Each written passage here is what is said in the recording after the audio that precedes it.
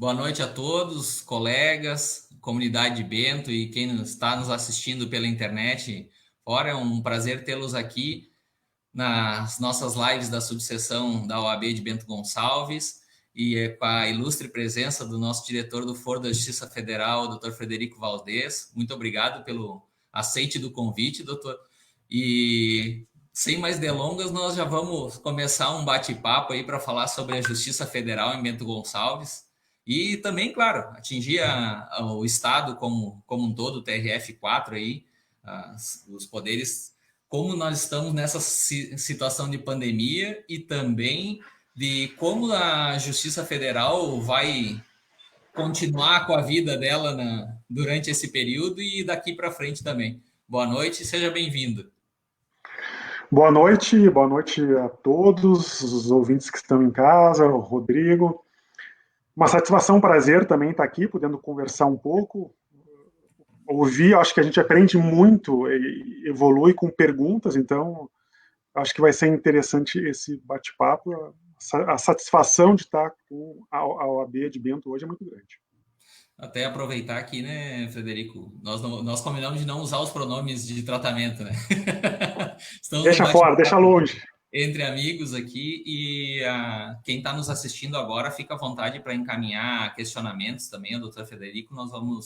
A gente vai colocar aqui para ele perguntar. Mas eu vou começar a fazer as perguntas, doutor. Uhum. Vou começar as perguntas, Frederico, sobre que tu diga para nós como é que foi a receptividade dessa situação de pandemia para a Justiça Federal, assim, inicialmente. Eu, eu tive um pequeno corte no fim da pergunta, Ah, desculpa. mas Como que foi? Tá me ouvindo agora? agora sim. Como que foi a receptividade da Justiça Federal? E isso eu pergunto aos juízes dessa pandemia, assim.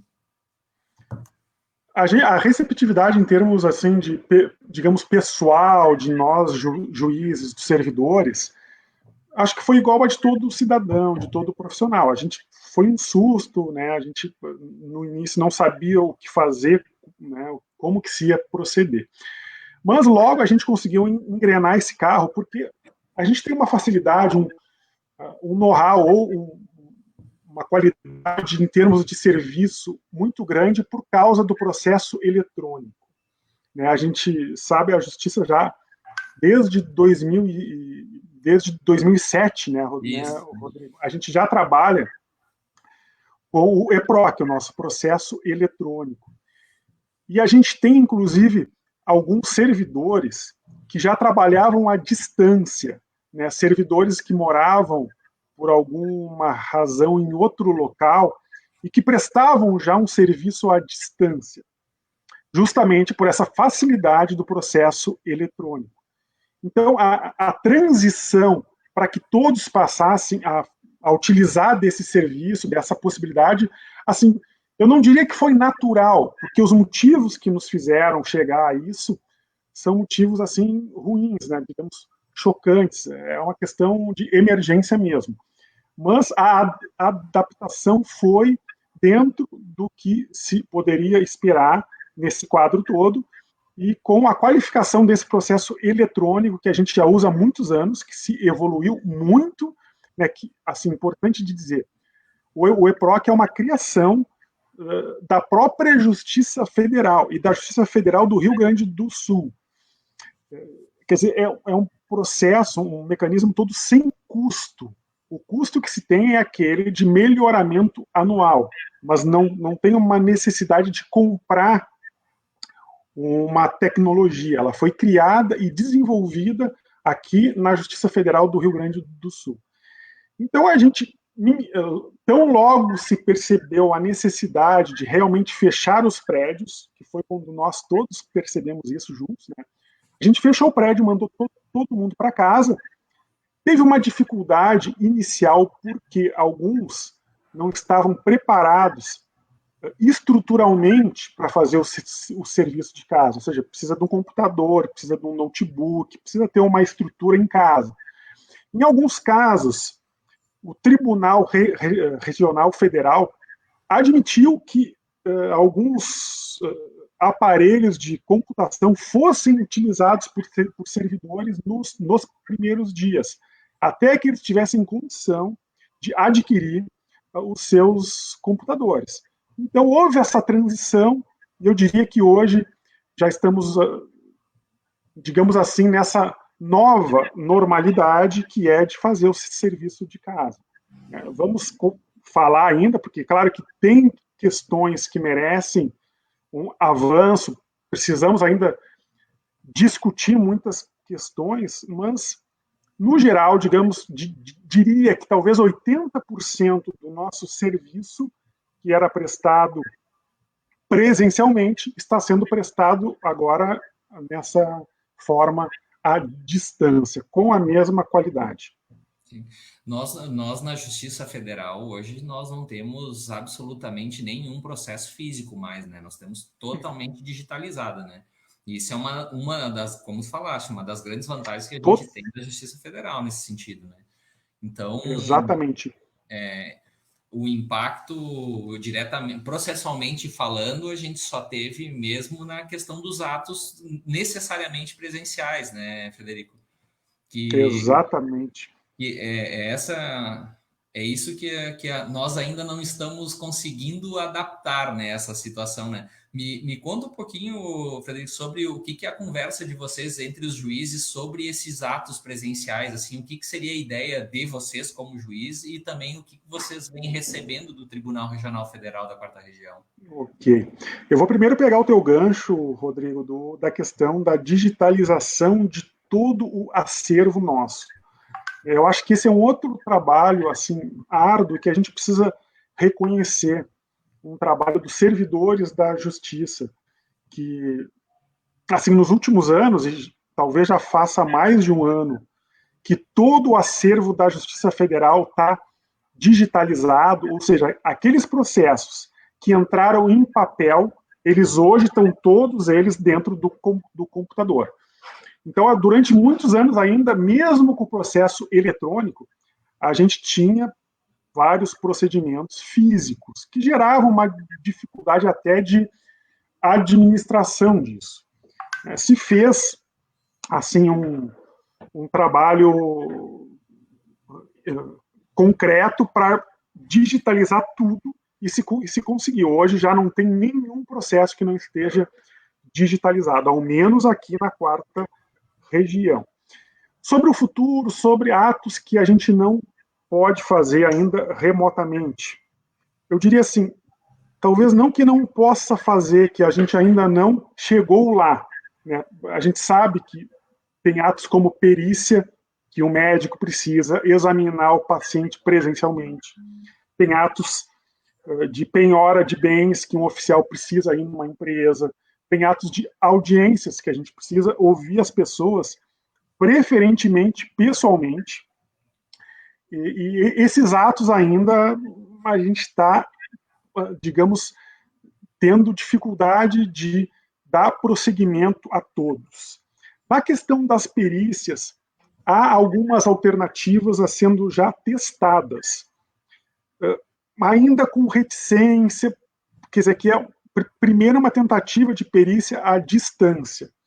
Mais ou menos como nós estamos fazendo aqui, o médico teria um contato com o paciente, teria acesso a todos os exames deles, e a gente já sabe que tem essa medicina à distância que vem sendo estimulada em alguns casos, mas confesso que há uma resistência, não só dos médicos, mas de juízes também, de passar para a utilização dessa modalidade. Prefere-se ainda que o médico tenha o contato pessoal com o paciente para fazer o diagnóstico.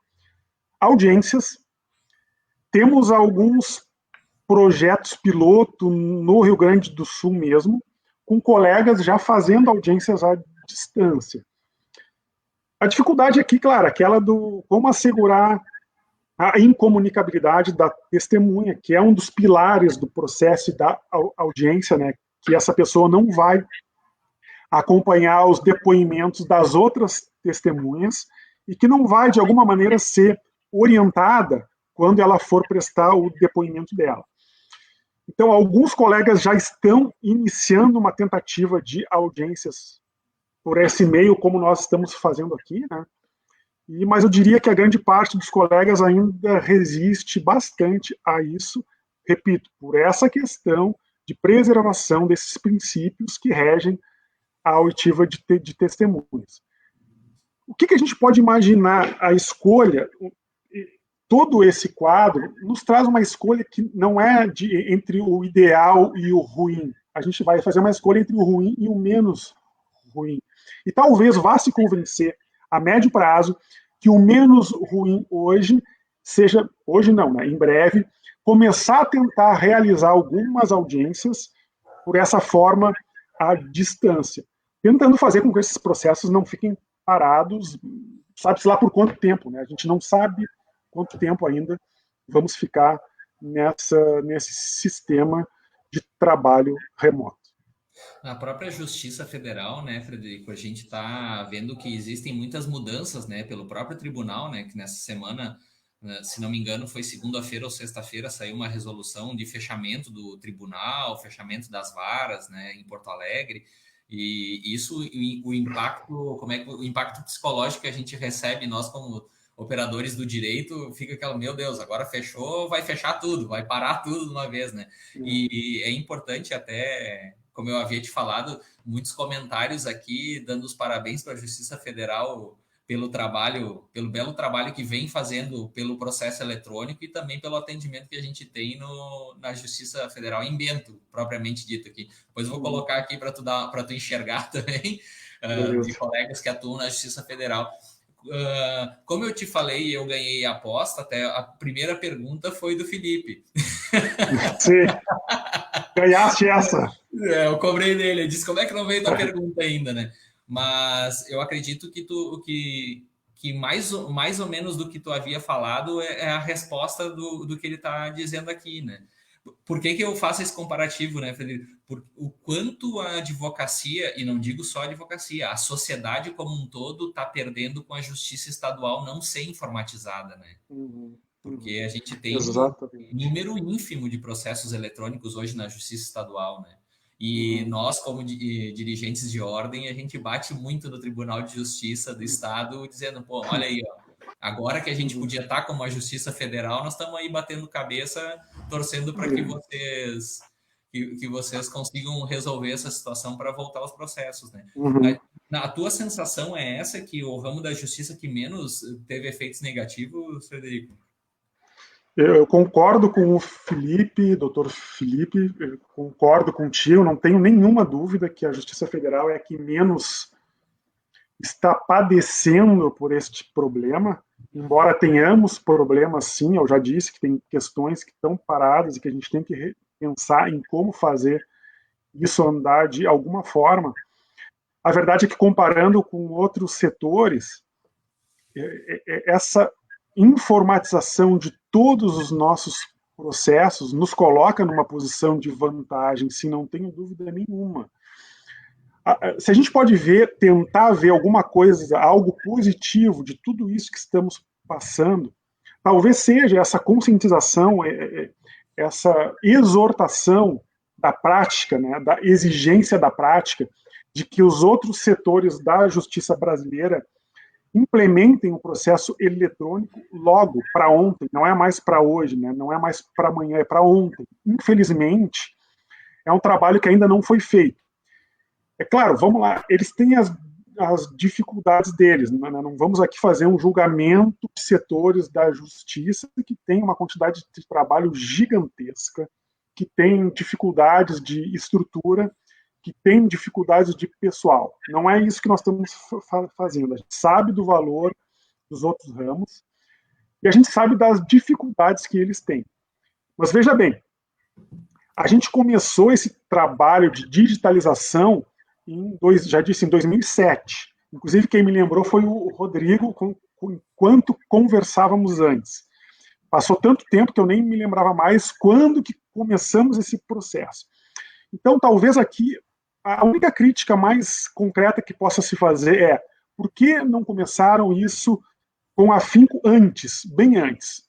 Enfim, não sei, como eu digo, tem questões internas dessas instituições que a gente não conhece, então não cabe comentar, mas seguramente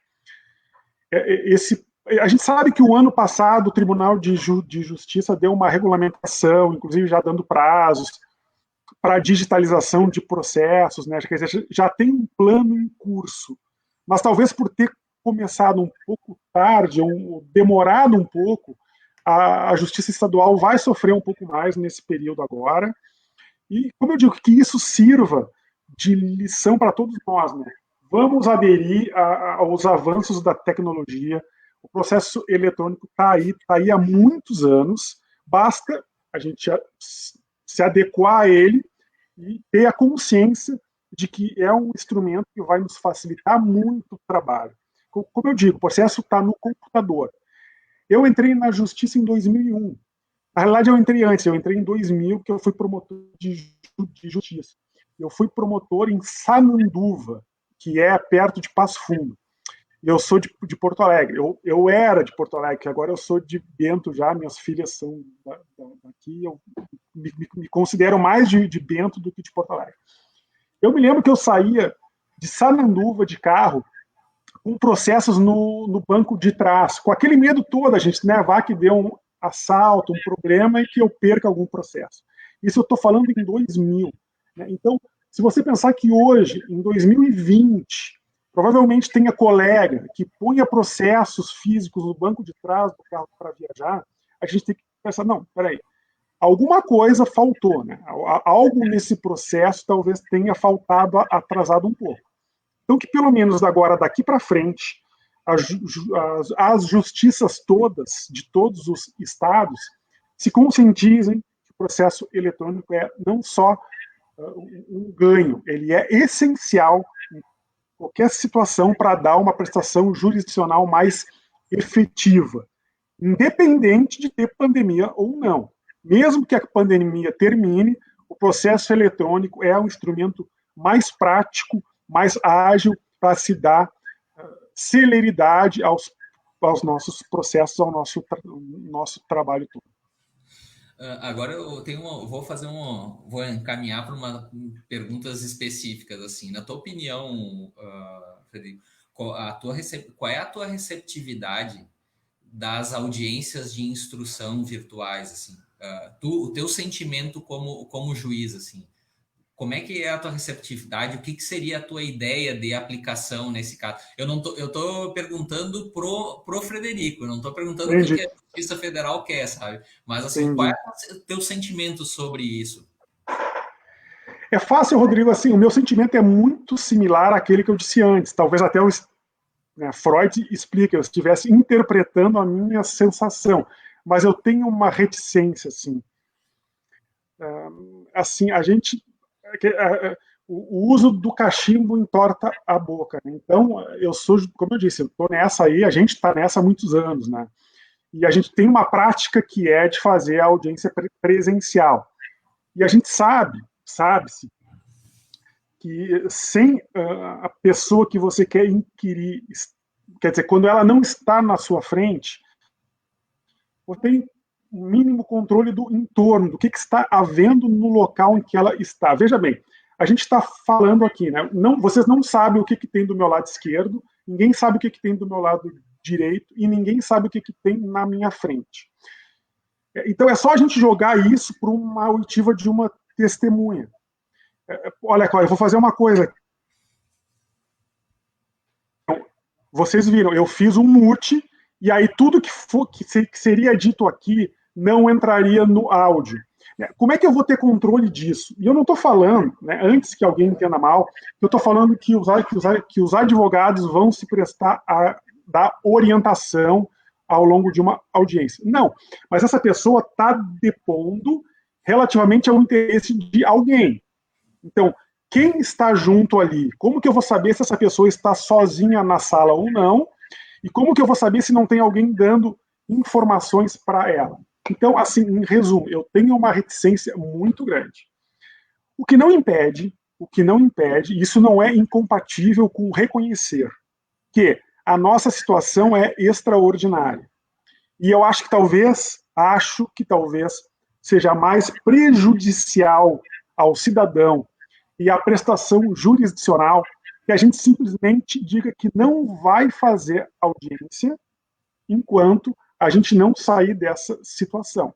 Eu não sei se em janeiro do ano que vem eu vou estar em condições, pela questão sanitária, de me fechar numa sala de audiências com 5 pessoas, 6 pessoas, 10 pessoas ou mais. Então, eu tenho que ter a conscientização de que, bom, por princípio, eu entendo que a audiência teria que ser feita presencialmente para que todos, para que inclusive o advogado de uma das partes possa controlar aquilo que a testemunha da parte contrária está falando e com quem ela está. Mas talvez a gente tenha que conversar, inclusive nisso a OAB vai ser muito importante, para a gente criar um protocolo mínimo para que a gente consiga destravar esses atos e a gente faça, sim, audiências, mesmo que seja desta forma aqui, cada um em um local, com alguns cuidados que eu acho que um protocolo mínimo tem que ter, mas que a gente avance conversando entre nós para chegar numa forma de realmente fazer audiências à distância. Então, em resumo, embora o meu sentimento seja de reticência, eu acho que a prática vai exigir que a gente ache soluções, sim, que não vão passar por aquelas tradicionais que existiam até março deste ano. Acho que nós vamos ter que mudar, sim, e passar a ter outras práticas. Sabe que tem uma situação que a gente vem discutindo bastante nos grupos do WhatsApp dos presidentes das subseções, é das possibilidades dessas audiências de instrução, né, Frederico? Eu não sei, na tua opinião, assim, haveria uma certa viabilidade de ser feita somente a testemunha se direcionar à Justiça Federal e ela ser ouvida lá com o juiz em casa e ela ser ouvida lá dentro da Justiça Federal? Tu acha que é viável essa situação? Acho não só uma boa ideia, já se cogitou isso já, eu acho muito válido, acho excelente ideia, excelente possibilidade. Não sei se a gente consegue, estou pensando alto aqui, tá? Não sei se a gente consegue fazer isso em todos os casos. Eu acho que eu tenho uma live, né, tenho uma conversa com o Rodrigo na quinta-feira, né, o juiz da vara do Previdenciário. Isso é de prática que a gente vê. Muitas vezes as pessoas humildes elas se deslocam para a justiça, todas juntas se utilizando de um meio de transporte que às vezes o próprio réu ou o advogado dele ou o autor disponibiliza. Então eles pegam o carro e vão todos juntos. Eu não sei se eu tenho condições em todos os casos de dizer para o cidadão lá da colônia que ele dê um jeito sozinho de chegar até a justiça, porque ele vai ser inquirido no caso tal. Mas, tirando isto, talvez 80% dos casos, 70% dos casos, eu tenho assim como dizer, o senhor esteja na Justiça Federal no dia tal, às tantas horas, o senhor vai ser ouvido, o senhor venha sozinho, ou no máximo com alguém da sua família, e os advogados e o juiz, quer dizer, talvez o juiz possa até estar lá, né, numa distância mínima de segurança para encaminhar. E os advogados eventualmente possam estar em casa ou nos seus escritórios, por esta forma aqui que nós estamos hoje. Acho que tudo é de se pensar, e eu acho que esse diálogo entre as instituições é importante para justamente a gente estudar o que é melhor para os advogados, o que é melhor para a justiça e o que é melhor para o cidadão. Se a gente conseguir conversar, eu tenho certeza que a gente vai evoluir para um protocolo bom, quer dizer, não vai ser o ideal, mas como eu já disse, vai ser um protocolo bom para a gente dar conta desse problema que a gente está enfrentando nesses dias. Me vem muito à cabeça as oitivas das cartas precatórias, né? Que a gente faz, basicamente seria nesse formato, né, de trabalho, só que com a testemunha da na cidade. Na cidade, né? À Porque distância. é uma das soluções, né, que nós temos que pensar, né? Só que, claro, para operacionalizar isso inicialmente não vai ser fácil, até porque nós temos que quebrar os paradigmas, como tu falaste, né? A gente tem um costume do formato, né? Nós temos que quebrar esse paradigma para começar a trabalhar de outro jeito. Como nós vamos Romper fazer? as resistências, né? Romper as E resistências. tem todo esse trabalho, né, Frederico? Então, eu tenho certeza que as instituições estão trabalhando muito forte para tentar amenizar esse impacto dos jurisdicionados, né? Porque, como a gente fala, né, o prejuízo ele não é só da advocacia, não é só do próprio judiciário, mas sim das pessoas que necessitam da justiça, né? Com É, certeza de todo mundo. Rodrigo, assim, Rodrigo e o pessoal todo que está em casa, eu acho que realmente é essencial que a gente chegue numa solução de consenso. Eu não vejo, por exemplo, como o juiz, sem conversar com os advogados, dizer, ó, nós vamos fazer desta forma. Eu acho que a gente tem que conversar antes para ouvir todas as partes e chegar num acordo. Ó, dessa forma aqui, todos aceitam que seja feito. Então, vamos implementar esta forma. Acho que o pior aqui é o juiz, ou seja, quem for, imaginar que pode dar uma solução pronta que vai ser daquela forma. Não, a gente tem que conversar, ouvir as partes, né, formar um consenso, e isso já está sendo feito. Eu sei que a direção do Foro de Porto Alegre e o tribunal já estão em contato há muito tempo com a OAB e com os outros órgãos todos interessados, né, para que a gente forme um protocolo mínimo e passe a aplicá-lo nas nossas audiências, nos nossos atos.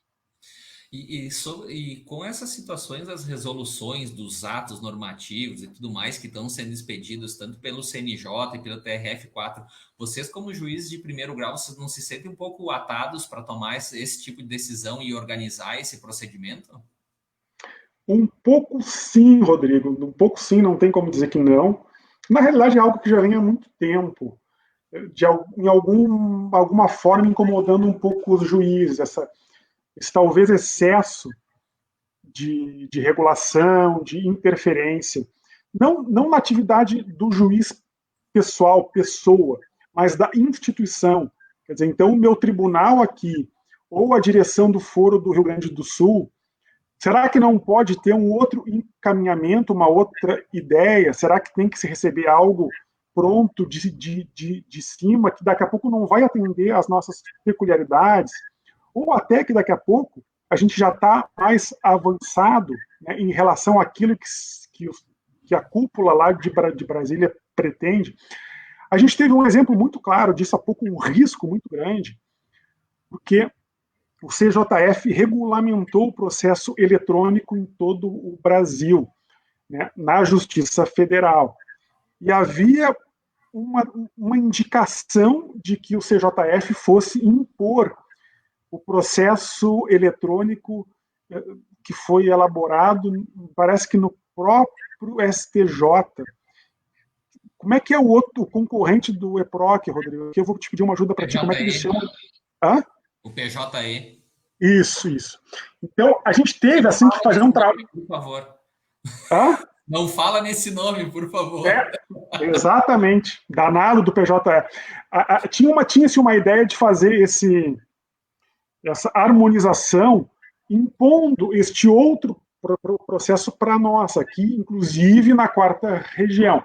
Teve que se fazer um trabalho gigantesco com a ajuda da OAB, com as associações, para que o CJF não fizesse isso. Digo, não, a gente tem um processo melhor, mais antigo, sem custo, que funciona há anos. Que solução é essa? Isso não é uma solução, isso é criar um problema para nós. Se conseguiu, quase que no apagar das luzes, que botassem uma exceção lá no parágrafo de que o EPROC da quarta região poderia se continuar usando, né, daqueles órgãos que já utilizam. E isso em outros casos também, quer dizer, vem umas soluções assim que para nós é mais problema que solução, amarra, a gente não consegue adaptar a situação à nossa peculiaridade, e isso incomoda um pouco, sim. Mas eu acho que, pelo menos relativamente à pandemia, as últimas resoluções do CJF, né, do Conselho da Justiça Federal, e do CNJ, foram concedendo um pouco mais de autonomia para as instituições todas. Tanto que o tribunal deu uma resolução na semana passada, o início dessa semana, mais ou menos na mesma linha que a corregedoria já tinha dado. Quer dizer que, a princípio, fica tudo segue fechado, mas deu uma margem para que as direções do foro, das subseções, pudessem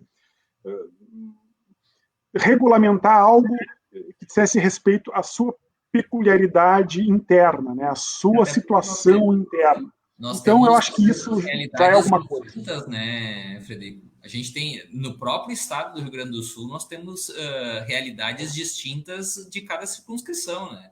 A nossa realidade semana passada era bandeira vermelha, enquanto Passo Fundo não era, entende?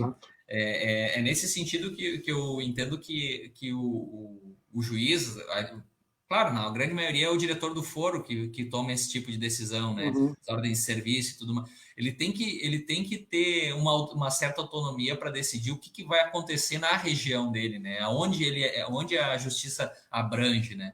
E é nesse sentido que aqui eu vou puxar a brasa pro assado da OAB, porque a autonomia dos tribunais, a OAB do Rio Grande do Sul bateu muito forte lá para isso. E também a questão do EPROC, da manutenção do EPROC, a OAB foi muito proativa nesse sentido para manutenção. Isso aí a gente tem que dar os parabéns para a diretoria da seccional, porque nós somos muito fortes. Porque, assim, pensa, isso atingiria todo o TRF4, né? Era o Rio Grande do Sul, Santa Catarina e Paraná, né? Que usam uma ferramenta, né? É nesse sentido que eu... Por isso que tu vê, a gente sofre com as mazelas da lei nacional, né? Que ela toda, e as realidades são extremamente distintas, né? A nossa realidade no Rio Grande do Sul é diferente da do Acre, do Amazonas, por exemplo. Então, nós temos essas peculiaridades. E, claro, as resoluções, como tu falaste, que vêm de cima para baixo também prejudicam, né? Não conhecem efetivamente a realidade de cada local, né?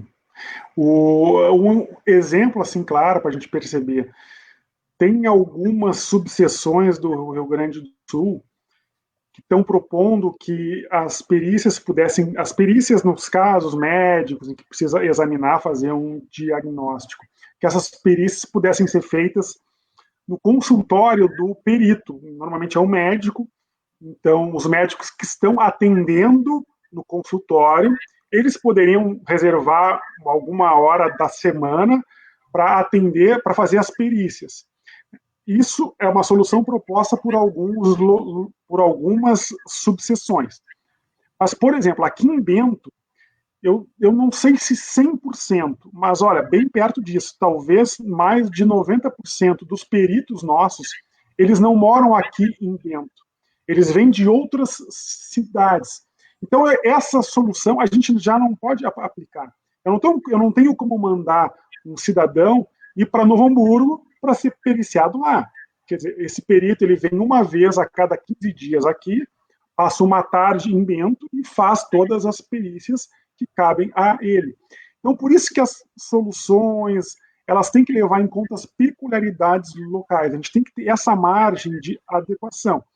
Porque uma solução que seja bom para Pelotas, ela pode não ser bom para Bento, e vice-versa. Se a gente amarra muito isso, acaba prejudicando mais o problema que a gente já tem em curso aí. É até interessante tu levantar sobre isso aí, porque eu tinha anotado aqui na minha pauta para conversar contigo sobre o edital dos dativos, que nós vamos deixar um pouquinho mais para o fim, né? Nós havíamos conversado que vai sair a divulgação, mas vamos para um segundo momento aqui. A gente tem só deixa, para eu não esquecer, Rodrigo, desculpa te interromper. O reconhecimento do trabalho da OAB na questão do EPROC, que eu acho que eu falei muito rápido, e depois tu sublinhaste, o trabalho da OAB foi muito bom. Ela realmente, não só do Rio Grande do Sul, mas de Santa Catarina e Paraná, todas as OABs se engajaram e encaminharam ofícios ao CJF fizeram campanha mesmo junto conosco para que não houvesse essa regra que seria absurda. Então, realmente tem que fazer o reconhecimento. Normalmente, a OAB, diz assim, quase 100%, ela está junto, combate junto e dá o apoio que a gente precisa para melhor solução dessas questões. Até um questionamento aqui do Felipe Poçamai, eu vou colocar aqui na tela, sobre as autonomias dos tribunais aí. O problema, a dificuldade de cada um ter o seu sistema eletrônico, o seu processo eletrônico, que o Felipe falou. E aí que tá, eu concordo, a gente tem que talvez pontuar, né? A ideia de fundo do Conselho da Justiça Federal não era de todo ruim. Quer dizer, o Rodrigo, que trabalha em Bento, ele pode ter um processo em Belo Horizonte. Ele sabe como lidar com o processo eletrônico daqui. Quer dizer, ele vai ter que aprender a lidar com o processo eletrônico de Minas, ele vai ter que aprender a lidar com o processo eletrônico de Campo Grande, que funciona lá no Mato Grosso. Claro que o ideal é que haja uma padronização o mais possível desse instrumento. É ruim que cada tribunal, cada instituição tenha o seu. Então, a ideia de fundo do Conselho é boa. O que era ruim, muito ruim ali, e não se entendeu bem por quê, era que o processo eletrônico queria ser assimilado como padrão. Ele é mais caro que o nosso, ele é mais novo que o nosso, ou seja, ele não passou por todo o aperfeiçoamento. Ele não é criado pela justiça, quer dizer, tem um custo de utilização dessa tecnologia muito alto. E desenvolvimento também, né, Frederico? Desenvolvimento, atualização anual que precisa ser feita. Então, quer dizer, é irracional, não é racional pegar como parâmetro um modelo mais caro e inferior comparado ao nosso. Então, se ela vai pegar algum modelo que pegasse o EPROC, mas aí, assim, as instituições têm um pouco daquilo que o ministro Barroso falou segunda-feira no Roda Viva. Parece que cada um tem a exigência de deixar a sua marca. Só que, às vezes, a marca que ele quer deixar é de um retrocesso. Já que isso está funcionando bem e eu tenho que deixar a minha marca, eu vou revogar isso, vou botar outra coisa para botar a minha marca. Isso não é bom, isso não é melhora, né? É uma racionalização. Só põe a sua marca se realmente é preciso algo para melhorar. Porque se for para voltar atrás, não é bom, não é positivo. Não, é verdade. E quem atua em vários estados ou várias esferas da justiça sabe a dificuldade que é, porque cada um tem um sistema, é terrível, né? Terrível. Tem ESAGE, tem PJE, tem EPROC, meu Deus do céu, o que mais tem é sistema, né? Uhum. Tem um projeto que se chama Escritório Digital, que é a ideia da unificação, né? De que tu vai acessar esse escritório digital, tu vai fazer o peticionamento nele e ele vai se encarregar em trabalhar com os sistemas. Uhum. É um projeto que tá sendo desenvolvido. Eu estou até trabalhando, cadastrando alguns tribunais para ver a funcionalidade mesmo. Assim. É bem interessante. Seria como se uma centralização das justiças. Quem é que está conduzindo, Rodrigo? Fala um pouco mais disso aí para nós, porque eu também não conhecia.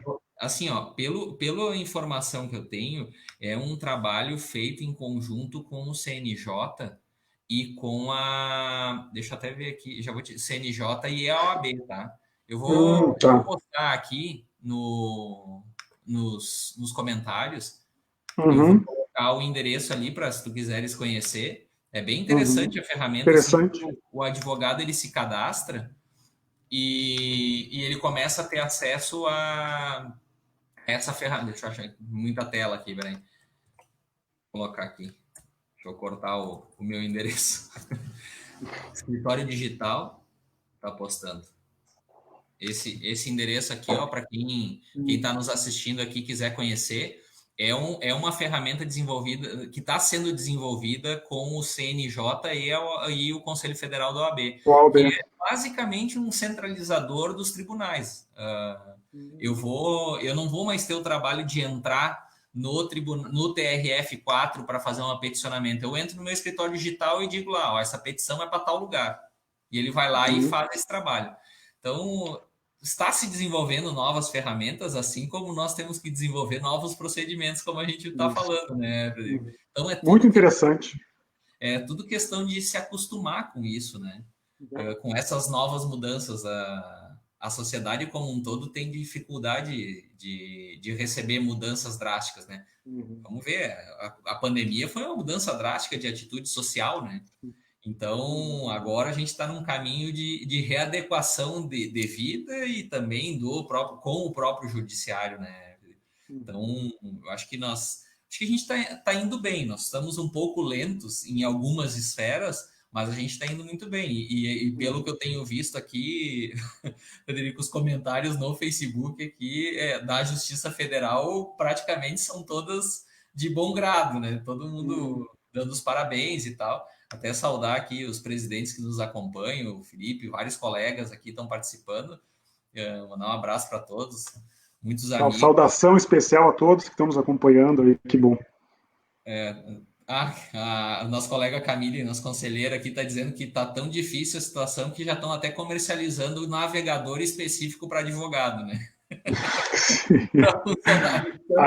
Até isso está chegando. Até isso. Mas assim, Frederico, até para a gente encaminhar para a questão da Justiça Federal propriamente dita, como nós falamos na semana passada sobre a questão do edital, dos dativos, da necessidade, até o Felipe fez um questionamento da dificuldade de se encontrar peritos em Bento para fazer esses trabalhos que tu falaste aí, que o perito é de longe, né, e a gente não tem cadastrado. O que a gente precisa fazer? O que é a necessidade da Justiça Federal? E aqui eu faço como presidente da OAB. O que a OAB pode auxiliar a Justiça Federal de Bento Gonçalves nesse sentido? Da questão dos peritos, da questão da uniformização dos procedimentos para com os advogados, para a gente possibilitar o andamento processual e a prestação jurisdicional da Justiça Federal em Bento, e também de como a gente pode diminuir esse impacto dessa situação. Acho que primeiramente é importante a gente falar, Rodrigo, até te agradeço bastante aí a possibilidade de poder falar alguma coisa sobre o assunto. Eu sei que a OAB aqui de Bento já está nos dando um apoio, e a OAB de outras subseções também, de outras cidades. Eu me lembro que eu falei com o presidente da OAB de Nova Prata, de Farroupilha, de Garibaldi. Eu não quero dizer todos, porque eu vou esquecer algum, né? Não vou conseguir dizer todos. Eu sei que tu falaste com Carlos Barbosa e Garibaldi, Farroupilha e Dirceu. E Nova Prata, o Dirceu de Nova Prata. Perfeito, me ajudou. Eu que passei esse contato para a Liliane. Tá. Então tá explicado, é isso aí. Obrigado, Rodrigo. Imagina. Apoio fundamental. Mas assim, dizer que é muito importante essa ajuda da OAB. A gente sempre teve advogados voluntários cadastrados no nosso quadro. A gente tem uma dificuldade grande em Bento, né? Eu não sei se todos sabem, talvez sim, mas eu acho importante dizer. A gente não tem defensoria pública da União aqui em Bento. Isso é muito ruim, porque sempre que chega um cidadão que não tem condições mínimas de custear um profissional, a gente não tem para onde encaminhá-lo. O normal nas cidades que tem é encaminhar esse cidadão para a defensoria pública. Aqui em Bento, defensoria pública da União não tem. Então a gente tinha os advogados credenciados já há muito tempo que nos auxiliavam nisso. A gente chama de advogados voluntários. A gente sabe que com o andar da carreira, o jovem advogado, ele vai acumulando, assumindo outros compromissos, ele não consegue mais dar conta disso. Então, a gente sabe que tem uma tendência de o advogado auxiliar por um tempo e depois sair. O problema foi que a gente perdeu os últimos advogados voluntários exatamente agora, na época da pandemia. Tinha ainda uns 2 ou 3 que nesses últimos meses nos disseram que não conseguiriam mais auxiliar. Eu até te mandei agora aí uma mensagem, porque, como tu sabes, né, tu até nos ajudaste, a gente abriu um edital que, na realidade, é um pedido de ajuda para que os advogados da região se cadastrem para prestar o serviço voluntário. Quer dizer, tem a possibilidade de receber os honorários advocatícios, aqueles do CPC, quando a parte contrária for condenada nos ônus sucumbenciais. Então, essa é a remuneração possível nestes casos. Então, principalmente para o jovem advogado que está começando a carreira e que quer ter mais prática, quer ter trânsito, quer ter vivência, ele pode nos ajudar o cidadão por um tempo, fazendo esse trabalho de advocacia voluntária. Ele vai escolher um dia, uma hora da semana, em que ele possa fazer o atendimento e vai ser da forma que o profissional escolher, tanto o dia como a hora. Eu mandei aí, Rodrigo, se puderes dar uma divulgada aí para o pessoal. Já botei aqui. Ótimo, tá aí, ó. Que é a forma de cadastramento. E depois, quer dizer, ajuda por um tempo e, claro, na medida em que não seja mais possível, pede o descadastramento e automaticamente já está desvinculado. Quer dizer, não é algo que vai comprometer a pessoa além daquilo que ela mesma escolhe. O profissional é que vai dizer se vai ajudar 1 ano, 2 anos e ponto. Quanto a peritos. Peritos é um problema já histórico nosso da Justiça. O orçamento da Justiça Federal, assim como o orçamento de todos os órgãos públicos, ele vem sendo diminuído ano a ano. A cada ano se reduz um pouquinho o nosso orçamento. Peritos cadastrados na Justiça são aqueles que vão receber os valores da tabela do Conselho da Justiça Federal. Então, são valores que também não vêm sendo reajustados normalmente há muito tempo. Então, a gente chegou num quadro em que a gente não tem, muitas vezes, recursos para pagar os peritos, né, porque daqui a pouco o nosso orçamento é limitado, e isso ainda faz com que o valor pago pelas perícias reduza cada vez mais. Então, profissional, pouco a pouco ele foi dizendo, não, se é para trabalhar por esse valor, eu não trabalho. A gente não questiona isso. Então, o que se tem hoje? A maioria dos peritos que atendem em Bento, eles vêm de fora. É aquilo que eu disse. Ele vem, reserva um dia a cada 15 dias, uma tarde, vai atender ali, vai fazer 10, 15 perícias ao longo de um dia, e aquela, então, vai ser a colaboração dele. Isso tem um lado ruim, porque, como eu disse, a gente se limita um pouco pelo dia que o perito vem, pela hora em que ele estabelece. Seria bom que tivessem mais profissionais que pudessem fazer a perícia e que fossem aqui de Bento ou da região. Então, acho que a questão é de conversar, de a gente tentar, primeiro, uma solução que não depende muito de nós, que é de reajustar a tabela dos peritos nacionalmente e de não limitar tanto o orçamento da Justiça Federal, até para que nas causas mais complexas a gente consiga pagar o que realmente seria o devido. Mas eu acho que talvez uma conscientização, uma tentativa de retomada de diálogo com os peritos já seria um avanço importante, talvez para tentar que os profissionais da região que nos ajudaram por muito tempo pudessem, pouco a pouco, retomar esse tipo de trabalho feito aqui em Bento. Como eu disse, hoje, do jeito que as coisas estão hoje, a nossa solução para processo esperando perícia é complicada, porque a gente depende, na maioria das vezes, de um perito que vai vir de fora, e que, portanto, ele não vai ter como se utilizar do prédio da Justiça Federal para fazer o atendimento, porque o prédio hoje está fechado por problemas sanitários que todos sabem. Não, até aproveitando aqui, né, Frederico, de quem está nos vendo e nos ouvindo aqui, e de que existe a possibilidade do cadastramento dos peritos da nossa região, né? Sim. Então, além dos colegas da questão do dativo, né, dos advogados voluntários, vamos lá, vamos usar o termo Isso. correto, também está possibilitado para os peritos médicos, né, médicos e todos os outros tipos de perícias necessárias nos processos, né, da Justiça Federal. Totalmente. Totalmente aberto, não só aberto, como fundamental. Seria, assim, eu acho que comunidades têm que, de alguma maneira, caminhar juntas, né? A gente não pode esperar todas as soluções de fora.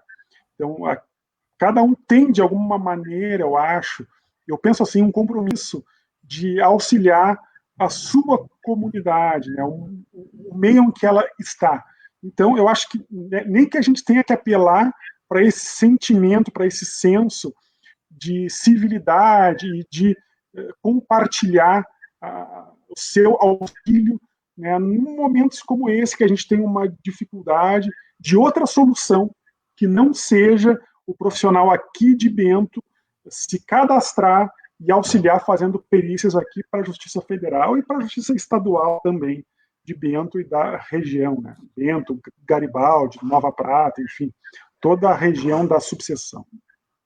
Então, nesse momento aqui, eu vou assumir um compromisso online contigo de conversar com os outros colegas da região, presidentes da outra região, para a gente começar uma conversa com essas possíveis entidades e até os profissionais para possibilitar essa situação de novos peritos da região trabalharem junto à Justiça Federal e também nas outras justiças, né? Porque isso é um trabalho para a sociedade, não é um trabalho para a justiça, né? É um trabalho para a sociedade como um todo, né? Então, aqui eu assumo esse compromisso contigo, vou conversar com meus colegas presidentes da região da Serra aqui, para que a gente consiga amenizar, não vamos dizer resolver, mas pelo menos tentar amenizar essa situação de que a gente vê que tem um problema na Justiça Federal que a gente está sabendo agora e que provavelmente seja um problema da Justiça do Trabalho, eu acredito até que não tanto, mas da Justiça Comum também. Também. Tá assumido aí, deixa semana que vem nós vamos dar um encaminhamento e eu te mantenho informado nesse sentido. Que ótimo. Então, Frederico, assim, a gente teve bastante participação dos colegas aqui nas mensagens, muitos abraços, muitos parabéns pela atuação da Justiça Federal em Bento Gonçalves, aqui da nossa região, que a circunscrição é grande, né? Pega bastante municípios aí, né? Eu Vai não sei longe. são quantos municípios que a Justiça Federal em Bento. Eu não vou me lembrar, Rodrigo. Eu não tenho uma memória muito boa. Sabe quem é que eu acho que mata essa? O Rodrigo Keller, ele vai falar quinta, né? Ele tem uma memória muito boa. Eu acho que essa aí ele sabe. Ele vai, mas a gente sabe que é um monte, né? Sabe que é é um um monte, monte é de bastante. cidade. É E bastante. trabalho tem bastante, né? Muitos colegas aqui, até ex-presidentes de subseções, não só de Bento Gonçalves, participando aqui com a gente. É muito legal ver que a comunidade jurídica de Bento, né, participa conosco nesses momentos, colegas da antiga, colegas novos, principalmente para os jovens advogados, essa oportunidade de cadastramento para ser auxiliar, né, advogado voluntário na Justiça Federal para quem está em começo de carreira é interessante, e também não só para quem está em começo de carreira também, né? Às vezes até para fazer um trabalho voluntário, né? Porque Exato. às vezes a gente pensa que o trabalho voluntário é só ajudar nas entidades. Tu pode fazer um trabalho voluntário na Justiça Federal usando um pouco da tua expertise para auxiliar uma pessoa. Eu até queria levantar nesse sentido, Frederico, a questão do auxílio emergencial, de muita gente que está procurando a Justiça Federal para poder receber o benefício, que não teve possibilidade de benefício, né? E que precisa de um advogado para auxiliar, né? E muitos já diz auxílio emergencial, né? O cara já tem uma certa dificuldade para qualquer coisa, então precisaria de um colega voluntário para fazer esse trabalho de acessar a justiça e buscar esse benefício para o seu sustento, né? Está falando em estado de necessidade quase, né, Frederico? Exatamente. Eu queria aproveitar o pouco tempo que a gente tem aí para que tu falasse um pouquinho dessa situação do auxílio emergencial, provavelmente dito, junto à Justiça Federal, porque teve um bafafá muito forte em Bento, né? Dessa situação, e todo mundo está sabendo. O que é teu posicionamento sobre a questão do auxílio emergencial? O que tu acha que um apanhado geral dessa situação como um todo, daqueles que efetivamente necessitavam e não receberam, e aqueles que não necessitavam receberam? Assim, eu te diria assim, começar pelo mais fácil, porque é o meu sentimento como cidadão. Tá? Agora não é tanto o juiz que vai falar, é mais o cidadão mesmo. Exatamente partindo daquilo que eu disse antes, de sentimento de civilidade, de pertencimento a uma comunidade. Eu não vou dizer todos os adjetivos que eu teria sobre pessoas que não têm necessidade de ter feito o pedido do benefício. Eu diria só desonra, né? Eu acho que num momento de crise, momento de extrema dificuldade, alguém eventualmente se valer disso para receber um valor que para ela, daqui a pouco ela vai resumir numa janta fora ou vai comprar uns vinhos pela internet. Isso me deixa bem chateado, assim. A gente ainda conviva com isso. Não acho que seja, como alguns dizem, algo só do brasileiro. Acho que isso tem em toda parte do mundo. Nos choca muito porque a gente está vendo pessoas que daqui a pouco a gente cruza na rua, que sabe que não tem dificuldade e que pede um benefício desse. Realmente deixa a gente um pouco até talvez desesperançado, né? De que tipo de sociedade a gente está fazendo, o que a gente quer para a nossa sociedade. É claro que todas essas outras experiências que a gente está vendo de comprometimento social, de trabalho social, do que tu falaste, muitas pessoas estão se engajando para auxiliar o outro. Isso nos dá um pouco mais de esperança que a gente possa estar plantando algo para o futuro. Bom, falei como cidadão. Agora, falando um pouco como juiz. Se é que as duas coisas, daqui a pouco parece que tem duas pessoas, não é a mesma pessoa, tá? Vamos, não, sem brincadeira aí. Não, falando sério, assim, eu acho que a crise ela fez com que aproximadamente 100 milhões de pessoas, em pouco espaço de tempo, em curtíssimo espaço de tempo, tivessem que aceder a um sistema para fazer um pedido de um benefício. Isso é dificílimo de implementar. Eu posso ter muitas críticas ao governo federal, não cabe eu fazer nenhuma delas aqui, mas a parte de todas as críticas que eu possa ter, eu tenho que reconhecer, bem ou mal, que foi feito um esforço de dar um apoio para a pessoa lá na ponta da linha, que não tem condições de botar uma comida na mesa. Então, eu acho que a ideia do benefício e a implementação dele, embora haja problemas, né, tem pessoas que já pediram o benefício há quase 3 meses e que não receberam ainda. O que me parece, será que tem como não ocorrer esse tipo de problema, como quando 100 milhões de pessoas, muitas que nem CPF tinham, têm que aceder ao sistema para pedir um benefício? Eu acho que já teria que se imaginar que o problema ocorreria e não achar culpados. Se há falhas no sistema, tentemos melhorá-lo, mas não adianta eu aqui em Bento, sentado na minha cadeira, começar a criticar o andamento do sistema. Como eu disse, eu teria muitas outras críticas a fazer em termos de governo federal. Não cabe fazer. Na questão específica do auxílio emergencial, a minha impressão é que está sendo feito o possível pela situação. E claro que respinga em nós, porque quando a pessoa passa 1, 2 meses sem ter uma resposta satisfatória, ela vai buscar quem? A justiça, né? É óbvio. E aí a gente tem um problema que eu já falei, que em Bento a gente não tem defensoria pública. Então, por exemplo, em Porto Alegre está sendo feito um trabalho de a Defensoria Pública intermediar toda essa tratativa com a Caixa, a Dataprev e o Ministério da Cidadania para dar uma solução ao caso. Aqui em Bento não tem, pelo menos até agora, um apoio desses. Por isso que a gente precisa tanto ter advogados voluntários para, dentro desse quadro todo, dar um auxílio. Nos casos mais delicados, a gente poder encaminhar o cidadão para um mínimo de assessoramento técnico, para dizer para ele o que ele tem que fazer, como fazer, e, inclusive, se for o caso, entrar com uma ação judicial, né, impulsionando o processo para que o cidadão receba o benefício dele o mais rápido possível. Então, auxílio de vocês, dos advogados, esse que tu estás nos dando, Rodrigo, e todos os outros, as outras OABs, é essencial, é fundamental, e concordo inteiramente quando dizes. A gente tem que fazer trabalhos voluntários, sempre tem que fazer, né? Trabalhos de cidadania.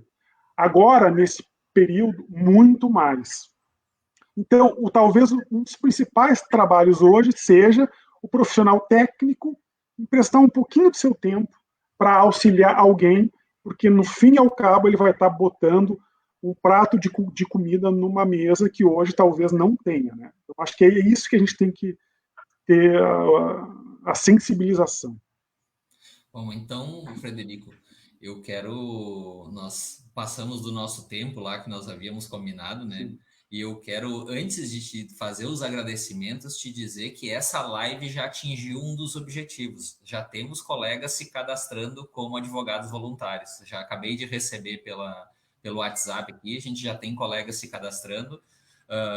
Eu entendo, essas nossas lives estão sendo extremamente produtivas. Eu quero te agradecer muito como presidente de subseção, mas também como cidadão, de tu estar aqui nesse momento conversando com a gente tranquilamente, debatendo. Eu sei que às vezes a gente pode ficar um pouco limitado por causa da tua atuação como juiz em Bento, mas eu quero te agradecer muito em nome da Advocacia de Bento Gonçalves e da sociedade de tu estar aqui conosco, falando abertamente sobre esses assuntos, e que a OAB vai estar sempre à disposição da Justiça Federal, como sempre esteve, né? Eu não estou falando isso aqui só de agora, eu sei que a OAB, a subseção de Bento Gonçalves, sempre foi uma parceira muito forte da Justiça Federal, e renovar os votos de que a gente consiga passar por esse tempo, esse período, não digo triste, mas um período diferente da nossa vida, da nossa sociedade,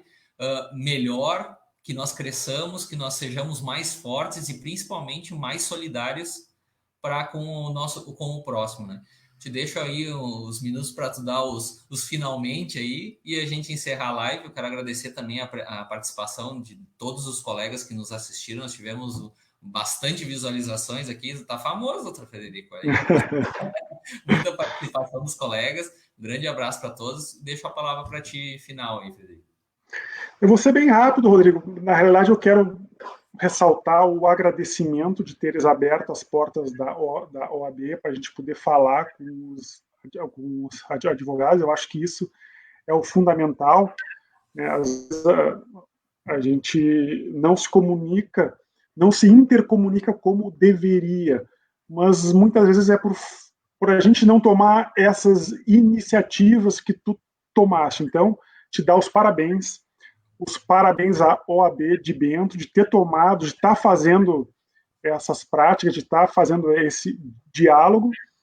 Agradecer a todos os advogados que nos assistiram aí, enfim, agradecer mesmo pelo interesse e principalmente não, fazer um agradecimento especial para aqueles advogados que já se cadastraram para fazer o trabalho voluntário. Eles vão ser muito importantes, muito, muito mesmo. Mandar um grande abraço para todos e espero que a gente continue com esse diálogo, que ele é muito produtivo. É produtivo para nós, sem dúvida alguma, é produtivo para a OAB, eu acho também, e é muito produtivo principalmente para o cidadão, que em última análise é aquele que espera que a gente, né, nós dois, as nossas instituições, prestem o melhor serviço possível. Então, realmente, muito obrigado e boa noite a todos.